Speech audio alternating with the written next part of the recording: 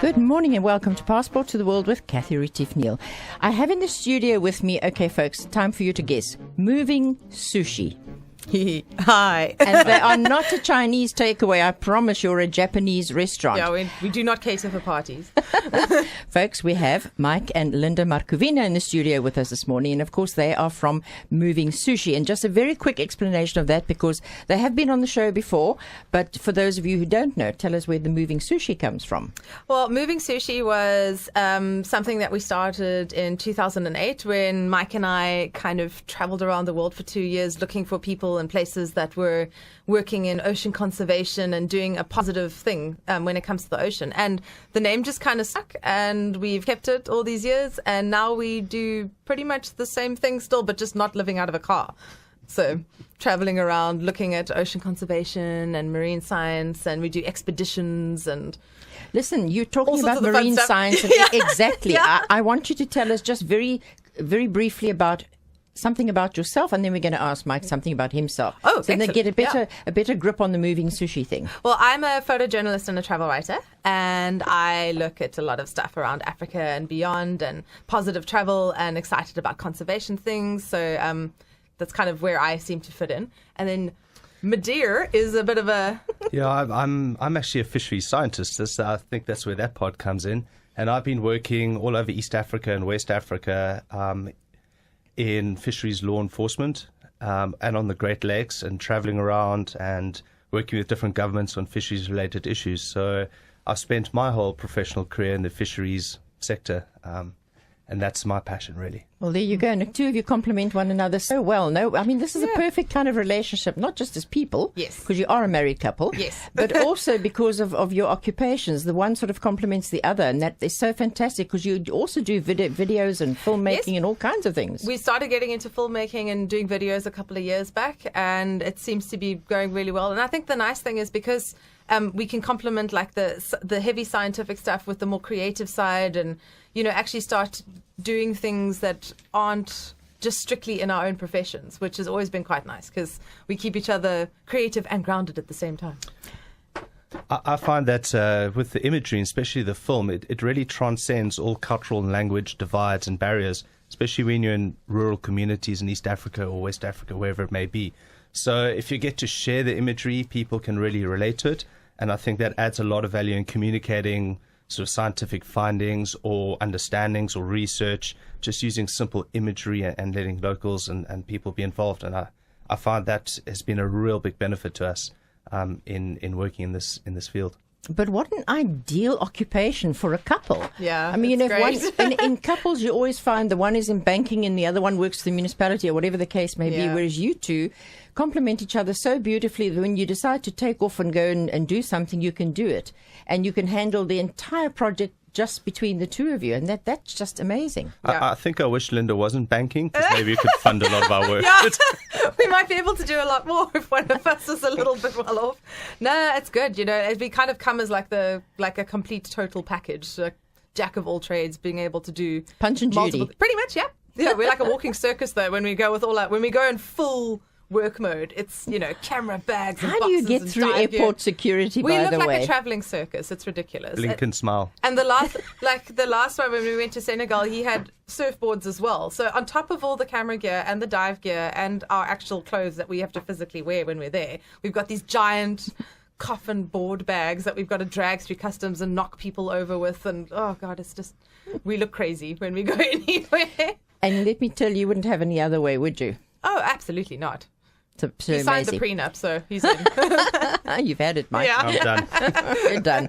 Right. Let's go on to this recent excursion that you had, because this sounds like it was an absolutely fabulous trip. I find it fascinating to follow you on Facebook and, of course, on your Moving Sushi website. Is it just movingsushi.co.za.com? It can be both. It doesn't matter. Oh. So you can type in either one and you're going to go straight to the exact same Great. website. But And of course, your photography is fabulous as Oh, well. thank So it's you. really nice following you on social media as well as on your website. So tell us a little bit about your latest excursion. Why did you go, and everything that happened, but just leave out the You know, the ones that we'd have to bleep out or something. Absolutely. So the last trip that we've done now, actually just recently, a couple of weeks ago, we got back from it, was to Nosy Be in Madagascar.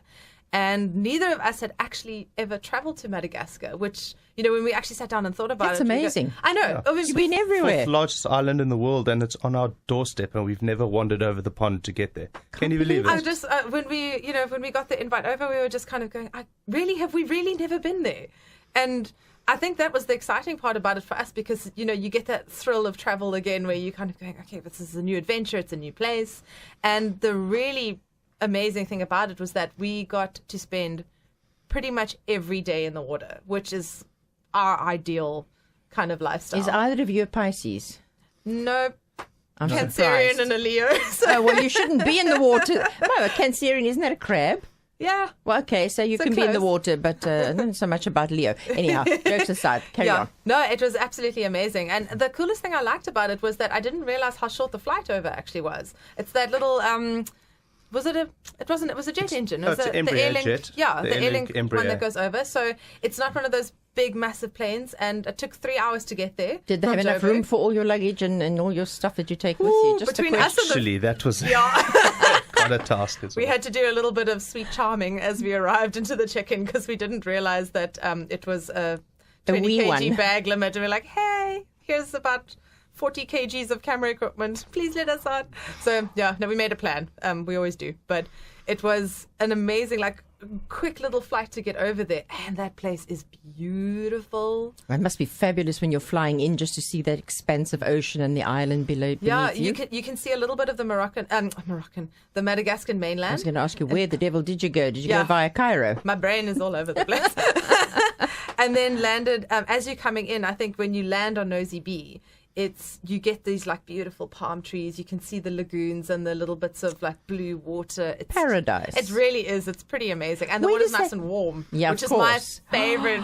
From You know- Cape Town winter to Madagascar hot, beautiful summer. Well, I Oh, always it's say we fantastic. have absolutely everything here in the Western Cape, and especially down where we are. Yeah. I mean, let's be honest. We've all travelled to many, many countries in Yeah. the world, and this is one of the most beautiful parts of the world. I don't care what anyone says, but we do have the problem of really cold water. Yeah, we do. And it's not, especially for diving and spending a lot of time in the water. I mean, Mike's like a polar bear, so he's fine. But I get cold very quickly. So when it's in lovely tropical water like that, that's I mean, you amazing. can dive for days and hours and you don't feel it. And you can dive at night, which I don't normally like doing, but we got to do off Isn't it scary diving at night? I've I never get terrified. I've never It's done it at actually- night. I've done it during the day many times in my Yeah. youth, and it's fantastic. And we were all the whole family used to like diving, Yeah. but I never wanted to go diving at night with anyone because I like to see. I'm scared of all the creepy there's sea crawlies and monsters all funny over the things. place. Exactly. But, something's going to grab me. Yeah, Mike was very clever with me. So the enticement to get me to go into the night dive was to do a fluorescent dive, which is the first time I've ever done that. Oh, and that is wow. just the coolest thing in the whole entire world. Explain. You know Fluorescent about diving is quite unique. I've been doing a lot of research on it to try and do it in the kelp forest of Cape Town, and just happened that we were on a liveaboard boat for 2 days, and the dive instructor on board, Jacques, was into fluorescent diving. What you do is you take a black light, a fluorescent torch, basically. What you find in nightclubs and raves and where people's T-shirts go a different color, they illuminate. We do the same thing underwater. So we put special lenses on our cameras and on our masks, yellow lenses. And what that does is it knocks out a certain wavelength, and it allows a certain wavelength for you to see. Now, you'll go down to reef with a black light, and if you take your yellow filter off your mask, you just see this horrible purple light everywhere. You put it on, the entire reef and the moray eels and the crabs are fluorescing different colors. Oh, that must Now, be magical. It's like a certain fish disco underwater can see it's this. the most amazing thing. Wow. It opens a whole unique way of viewing coral reef and coral reef fish and invertebrate organisms that we can't see with our naked eye, but certain fish can see in those wavelengths. So you start understanding why fish maybe are that way in terms of their color or not. It's because you probably find predators are looking in this wavelength and hunting in ways that we'll never understand or know. Yeah. So it was a very unique opportunity to illuminate a reef, and also you can see if the reef is growing back. Depending on what wavelength is emitted and the intensity of the color, you can understand whether the coral is actually regenerating or not. Wow, so that's it can be used as quite a fascinating. cool research tool as well. So there's 7 of us in the water illuminating this whole Having thing. your in own private blue. disco. Exactly, Yeah, having pretty an much. water It was- disco. It was the coolest thing. I absolutely loved it. And we filmed a lot of it, and we were very kindly given some of the footage from Jacques to use the stock footage, and I included that in the little video clip we made. Yes, beautiful. Incredible Nosy Bee. So in there you'll see some of the fluorescing fish Yeah. and the corals, and it's quite unique and quite magical. It sounds to experience. amazing. I wish they had something like that when I was younger and still diving. At the moment, my breath is like 10 seconds. But Yeah. when, in my diving days, it was, and as you mentioned, Mike, diving amongst the kelp. We used to often go, around Simonstown out towards Cape Point, all those dive areas there. And the kelp was always a darn nuisance, except when there were sharks around and you go into the kelp, which generally no, that's the why I sharks love don't kelp. like going I'm into the a kelp. So we big used to fan of duck into the kelp. kelp if a shark came anyway. But of course, we're not talking about great whites here. We're just talking about little sharkies. Yeah. But, that was the one thing was when they used to go night diving, I used to say to them, but aren't you scared? You can't see anything. You don't know what's going to happen. And they said, no, it's fascinating and it's thrilling. I thought, okay, you can do it. But as Yeah. you've described it, that must be the most amazing experience. I think one of the things that was really amazing about because we adventured all over the little sections of Nosy Be, like in the different bays, and I think Nosy Be means big island, and there's a lot of little subsidiary islands around it called Nosy something, like Nosy Arunja or Nosy Nosy Combo, this or Nosy yeah. Combo. I wondered So- where the name came from, because in English it's Nosey as in nose, nosy, yeah. and then B. It doesn't make any sense in English, so Yeah. that explains Yeah, in it now. Malagasy, In it's Malagasy, kind yeah. of it's the big center one, and then all the other little satellite islands around it, and some have got lemurs on it, which are the coolest animals. Of course, They're they're amazing. unique to Madagascar, aren't they? Something like I think it's 53 species of lemur, and most of them are actually found on Madagascar. Fascinating And All of them are creatures. found in Madagascar. Sorry, all Yeah. of them are found in Madagascar. Yes, thank People you, have Wikipedia. People have, yeah, exactly. But people have, of course, taken lemurs, and you can find them in. I mean, you can find them in the garden route. They've taken them away from their natural habitat, but they are found naturally only in Madagascar. That's correct. But aren't they the most fascinating little creatures? And they come in all shapes and sizes. Yeah, I couldn't get over the different combinations of lemurs that you get out there. I mean, obviously everybody knows the one from the Madagascar movie. Oh, It's yes, just of cute, course. and it does the Hopping little around shuffle on his back thing, legs. And when you're there, everybody that gets off the plane is constantly talking about the "I like to move it" song, and I'm like, oh, okay, as we do. And the types of different lemurs around there. There's these little brown ones, and then there's black ones, and then there's these orange ones, and then weird ones with a dipped tail, and they're so cool. And And they, quiet ones and noisy ones. And that noise that they make is actually completely terrifying when you don't know what it Scary, is. yes. We were on the charter boat, and because it's awesome, I really highly recommend doing that, by the way, because being on the water in the islets at night, you can hear everything quiet and down, and there's yes. water lapping, and I sleep like an absolute rock when it's like that, because it's so beautiful. And you sit there and you just hear this like screeching noise early in the mornings. And I remember having a coffee on the deck, and I was like, what on Someone's earth is been that murdered. noise? Yeah, I really did think that. And one of the other guys on the boat said, no, that's actually a lemur call. And it sounds completely terrifying, but once you get used to it and you realize that's what it is, like, okay. they're worse than Guinevere. Different. Yeah, no, worse than Hardy Dars. Oh, no. That's bad. Right, so tell us a little bit more about your trip and what you did on a daily basis, because it sounds absolutely fascinating. And by the way, everyone's always saying to me, Kathy, can't I climb into your suitcase when you go to this or that or that or that place? So I'm going to climb into your suitcase next time for a night dive Absolutely. I can highly in recommend about that. in about a year's time. No, it was really, really cool. We started off in Helville, and we stayed in we stayed on the charter boat for 2 days. And then we went from there we did mostly water stuff, lots of diving, which is our happy place.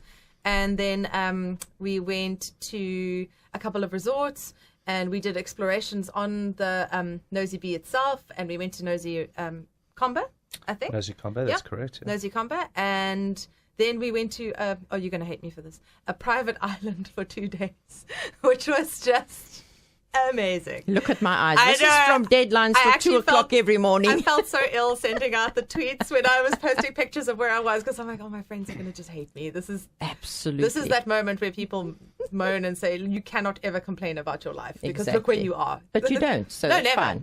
never. And that was it was absolutely spectacular. And I couldn't get Mike out of the water most of the time. So I think he just lived in his wetsuit. And Have you checked to make sure he doesn't have a fin running down his back or something, I think he's like growing that? gills at this point. Gills and a fin or something like that. what's- Oh, the man from Atlantis. Yes, exactly. What I found was unique. I mean, Nosy Be is a microcosm of Madagascar. Madagascar is so diverse in so many different environments and mountains and deserts and forests. Crazy, it's all in one. eclectic sort of. When you land in Nosy Be, you get the sense of tropical island paradise. You know, that's what it offers you. But for me, a lot of my colleagues from the Indian Ocean Commission have worked in Madagascar, and this problem with fisheries, and the reef is in an ailing state in the south, and this and that. So I went there with the mindset going, is this going to be like going to Zanzibar, jumping in the water and going, there's That's nothing all here you're to see, going it's to all do. dead. Yeah. And I was worried about that. And I was thinking, I really hope that there's some amazing marine life. And I want to see the marine national parks. Are they functioning? Are they fish inside? So when we were staying on the Mackie Cat, they took us right around the back of the island, and the guy said, and Jacques said to me, listen, this is the joker of dives. You got to jump in here and you got to see all your snappers and all your fish, and it's going to be colorful and you're going to be blown away. So I jumped in thinking, okay, great, let's see. I was blown away. The fish life was superb. It'd take a lot to blow you away, It considering the does. amount of We've diving. It does. And from everywhere all in over the the world, world, so, I can honestly say it's some of the best diving. It's in my top 5 from around the world. But the quality of the reef, it wasn't damaged. It wasn't smashed by anchors. There was no nets lying stuck in the corals. It was in a very, I'm hesitant to say it, but a very pristine state. Well, people don't realize, or always not many people realize, that these are living organisms. Correct. Yeah. This is absolutely. not rocks and plants. This is a Yeah. living organism, and when it's damaged, it's huge. And then, we had such a great opportunity. We're staying in a lodge on Nosy Be, and the dive charter took us to a marine protected area, which is just off Hellville. Literally, it's a community-run marine protected area. And normally when I go to areas like this, you often find a lot of damage and broken coral, and it's a nice tourist thing, a pretty beach, but it's not really exciting underwater. So again, I went there with this, maybe it's not so good, and I jumped in, and I was floored. Within 1 meter of water, there's turtles already, and then I go Big down, I see fans the of coral, huge, undamaged, the huge snappers. Now, snappers are the first thing to disappear when the reef has been fished, I because they're believe. very aggressive and they eat everything. So just shoals of snappers and good coral, and there were lots of people and tourists using this little area. And I was like, wow, this is absolutely brilliant. The marine life is fantastic. And then, as Linda said, when we went to Sarah Virginia Island, this private island, it was next level. Rub it in. Yeah, I'm going to. Just get some salt out. The Rub it water is in. this iridescent blue, and snorkeling. I mean, I went off the beach in about half a meter of water, and I was just surrounded with fish and turtles, and the coral was in immaculate condition. So diving there was a complete pleasure too. So I got this essence of, next year I'm doing a big expedition. I want to bend the rules of the expedition to get the ship to go to Madagascar so we can record this, because I think it's a level of biology and biodiversity that other places should be compared to. Can I ask you, Yeah, Mike, I do agree. they have, what is their, considering the state of their reefs, Yeah. do they have strict conservation rules, or is it just a question of we humans have not evaded and eroded the place yet? I think for me there was Invaded, sorry. I interviewed some people and I got some understandings on the culture of people around Nosy Be, and I think where some guys were saying it's not really fish that the locals are totally, that it's not like a culture driven by fishing, but people do fish. But then there's also seems to be a deep appreciation for fish and for the fact that they don't have to catch every single one. So there certainly seems An to be awareness. a culture of awareness towards the coral reef and the coral reef fish. There has been a lot of movement towards conservation from NGOs and etc. And there's also not a huge population in that part of the island, so it's not that it's getting destroyed continuously. I mean, I'm sure if you search Madagascar's entirety, there are areas of extreme Of course. destruction in the marine Yeah. world, and I know that. I always think of tourists, as soon yeah. as hordes of Yeah.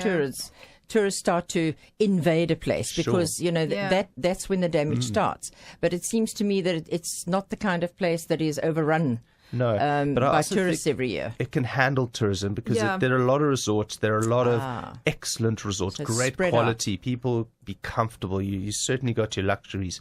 And a lot of the population are dedicated to working within the tourism industry, less so than the fishing industry. It's just something that sort of I gathered as we went along the trip. So tourism can play certainly a very beneficial role in Nosy Be, and I think it would not be as detrimental to the reef, because on the dive boats, they only would put 6 divers on a boat, not 25, like which is a really nice thing to see, because you don't get to see that very often. And the dive instructors are if you touch the reef, we're not taking you there. If you damage this, you're not diving with us. So I really like the way that the diving community were enforcing good diving practices and conservation-based practices. There was a nice balance between having tourism and mass tourism that is interested in the water. Well, it's obviously conscientious tourism. If you talk about the diving instructors, being so cautious. I think that was the nice positive thing that we realized when we were, the longer we spent there, is that people, especially working in the tourism industry, they know how much the industry relies on it to be there, but they also have a really good way of being very proud of their natural environment and wanting to preserve it so that they can keep tourists coming there. Because, when you see some of the stuff that we've seen on East Africa, when it comes to tourism getting it wrong, it can really go south, and everything, particularly the natural side of it, just deteriorates very quickly.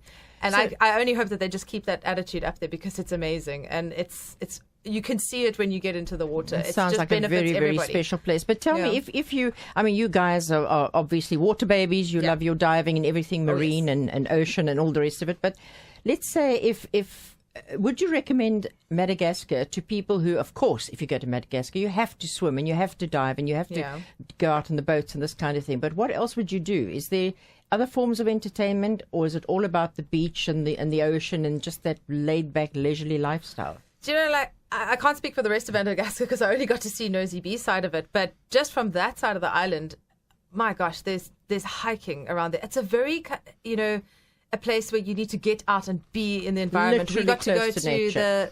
the Lokoki forest, which amazing. Was spectacular. I mean, we got our guide that took us through barefoot with his punga, and he was like the Bear Grylls of Madagascar foresting. He was finding little tiny chameleons that I would never have noticed. There were giant snakes all over the place, which he was kind of shepherding me around because I told him I'm scared of snakes. Boa constrictors just lying in the tree. Just lying in the trees. It's amazing. Wow. Where do you see that naturally nowadays? And just it walk was up really, to it. really beautiful.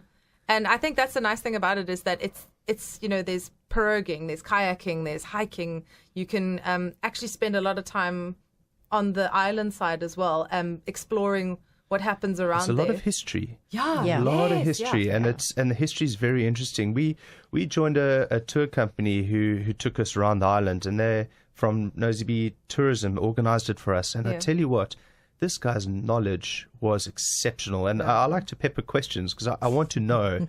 Not that everyone has all the answers, but I really am interested and deeply interested in history and culture and tradition.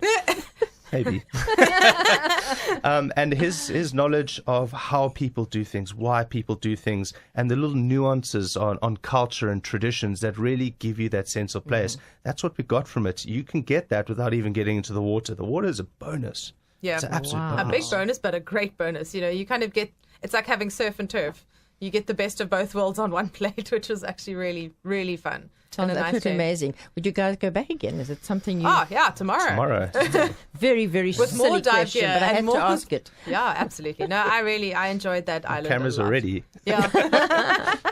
So what's, you're all set up for filming and for doing things on a really professional basis. But, anyone else going to Madagascar, would they enjoy themselves as much without having the same sort of setup as you have? I think so. A lot for everyone to do when they get there. Yeah, I definitely think so. It's a kind of place that you're definitely going to want to bring a camera with, because you can photograph everything from one side to the other. I mean, the sky is that lovely rich blue color, the water and the trees and the contrast between the two. You're going to just take pictures of everything constantly, all the time.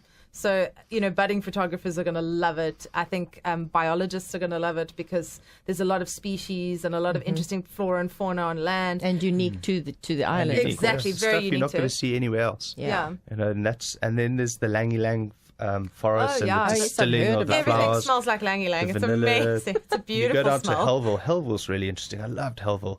It's just this culmination of, I know. And why didn't they call it Heavenville? Why did they call It's it named Hellville? over a French commander, something hell. we read about him, but it's named after a person. So I Hellville's assumed. got a horrible sort of name, but it's a beautiful, vibrant, interesting little Very place. colourful. Go down to the Yeah. market and you just see what the produce that people I was are waiting trading. for the market bit because it's lovely. one of my favorite things to do, doesn't matter where I go in the world, is to look for the local market, not a Correct. formal market, Exactly. but the local markets, and get to know, mingle with the people, see what what the produce is like, what do they buy, what kind of clothing, what do they Exactly. eat. Yeah. To and me, there's that's produce such a there big that I've part. never seen or smelt. It's like Yes. different things. And that was really, for me, I love seeing what's been sold in the market. So Absolutely. going around how people are trading and the cost. And what did you eat the when cost you were of there? rice, and Yes. certain things. You get a level of Yeah. how people are living and how people are surviving. And What do they grow there? How do they survive? I mean, what is Madagascar industry-wise? the Lang Lang is Ylang huge. Ylan's a The big one, flowers yeah. for the scents, and it's not a native plant to Nosy Be or Madagascar. It's You brought get in by the saffron French. there as well, do you? Must be thinking of somewhere else. I just Vanilla is Vanilla, a huge. yeah. Vanilla's Vanilla. a very big cultured Yeah. product there. Basic staples. I mean, rice. A lot of rice production, but remember, it's not all Nosy Be. It comes from around Madagascar. There's course. trade within Madagascar. So And how did you find the food? What does people? I'm going to say they probably eat a lot of fish, but They do. Yep. yeah. But what do they? It's like we here in Cape Town. We eat steak as well, but of course, fish is fish the and big rice, the big fish deal and around. rice, here. and Yeah. on Sundays a bit of fish and rice. Yeah. So it's it's very much A a lot of fish and fish and rice. Yeah, a rice. lot of Yeah. fish and rice. I always found that a strange combination, fish and rice. Even in a restaurant, Yeah. I think rice with fish, it just doesn't gel for me, But yeah, I think we've just got used to it. Do you know what someone said? Maybe this puts in perspective that Madagascar is a country of 5 continents. Oh, yes. And I thought that was beautifully stated because there's so many influences from so many cultures and ethnicities and people that have culminated on this island and created something quite unique. And when someone said that, when you start looking then at the produce or what people are eating, how they're speaking, the language variants, the faces, the eyes, and just people in general, you realize that this absolutely is a country of 5 continents, and That's a wonderful And that's it a does nice come way off to in the explore food it as well, because it's, there's Italian, and then there's French, and then there's a little bit of German, and then there's Malagasy, and it all just kind of and a whole lot more Italian. and lots of Italian. But it kind of just weaves backwards and forwards between the different types of cultures that nobody really minds or cares or seems to notice. So you just kind of go with it. And sounds amazing. Is it an affordable holiday? I think it can be if you know how if you just manage your expectations of what you're wanting from a holiday. I You think don't if you have want to go and stay in 5-star luxury, you want which the is private my island bugbear. where they're going to follow you around and cater to your every need and treat it like a little princess, and it's amazing. That's my But- bugbear. Yeah. To me, that's not a holiday. That's just being That's pampered. luxury, exactly. Even when Yeah. I travel, when I'm invited to a country, I always say, don't book me into 5-star hotels, please. Yes, but you have to spend one night at this new 5-star hotel. I said, fine, I'll do that because you've got to write about it. But then I want to be in a chalet or a cottage or a pensione or whatever. Just, that's the way I like to travel. With the locals. Yeah, I think you could do packages, which are probably the best way to do it. Instead of going individually on your own and every buy a package, because within that package you'll get to the markets, you'll get to the water, you'll get to the accommodation that suits you. And do I like a think that's the B&B affordable one, way so to do you it. can open yourself up for the afternoons and the evenings to be Yes. able to go out and explore a little bit. But You don't want to be Eat regimented locally. when you're on holiday. Yeah. Eat locally, and Yeah. there's certainly a lot of ways that you can do it affordably. And shopping-wise, the clothing must be fascinating. Well, I It's guess not on really- Nosy Be, it's not yeah. really there are lots of little, within the hotels and areas, lots of local craftsmen and artisanal things for sale, clothes and artifacts, and not artifacts, cheapers. Now, now Carvings we're and stuff. archaeologists. Yeah, I know. Yeah. I know we're relic hunters. So there is a lot to. There are a lot of things you But can I think buy and you- purchase, but it's not a shopping mecca. no, I think you're going to It's, want to get sweaty and it's souvenir shopping. get in the really. water or climb up a mountain or buy lots of Lang Ylang because it smells great. There's lots of beautiful. lovely spices as well that you can taste and experience and buy from there. So I think, take the bare minimum when it comes to clothes, lots of beach stuff and lots of hiking stuff, and just get out and get wild a little bit, because that's kind of one other thing I think the best is part of it. really good to explore is that the people of Madagascar have a lot of folk tales. folk tales, exactly, Yeah. like the rat and the sweet potato and the cat. Or I heard about there's that. lots of Yes. these Amazing. interesting folktales that you can, and the sacred tree that we went to visit. You know, when the king 200 years ago, they planted this tree. Now it's the most phenomenal tree you've ever seen in your life. And it's all these like tales, and you never Sorry, point in I'm Madagascar. interrupting you, Mike, but we are running out of time. But I wanted to ask you just quickly, tell me the story about being buried above and below ground. Me? Oh, no. I don't think Not I've you, been there. not you. No, I'll do that. So there's one of the folk tales that we got told was why people are buried underground instead of above ground. And so a long time ago, there was, I think it was God, nature, and man. And nature and man started doing a lot of, destructive things to nature. Really? Man was burning down trees and cutting down forests and, eating all the animals and just being a general pest. So nature went to God and said, listen, you need to do something about this. I mean, look, I'm really badly paraphrasing here. The guy who told us the story did it much more eloquently than me. So nature went to God and said, please do something about this. And God said, okay, for kind of penance for the destruction that man has caused, because he used to be buried above the ground. From now on, man has to be buried inside the ground so that everything in him goes back into the environment. Isn't that an amazing? Yeah, but I managed to find an entire book of these kinds of stories. Really? But it's Well, all in Italian, so if anybody dear. can translate for Well, me. it may be folklore, but it makes sense to me. Yeah. Mike and Linda, thank you so much for Thank coming you in so again much this for having morning. us. Love having you in the studio, and lots of adventures ahead for the two of you, I'm sure. And come and chat to us Absolutely. again sometime. Definitely. Absolutely. Folks, I hope you enjoyed our chat to Mike and Linda Markovina from Moving Sushi, and you can find them on movingsushi.com or movingsushi.co.za on the internet, and follow their travels. Fascinating. If you enjoyed today's show, make sure you join us again next week at the same time. Until then, happy travels. Your 2017 Trafalgar guided holiday is right on the horizon. So book your preview deal and enjoy a great escape at 2016 prices. Whatever happens with currency fluctuations, your price is guaranteed when you book and pay your 3,000 Rand deposit before 30 September 2016. Plus, you get a 10% saving off the cost of your trip by paying in full before 27 January 2017. Visit our website www.trafalgar.com and book your space to enjoy this preview deal now.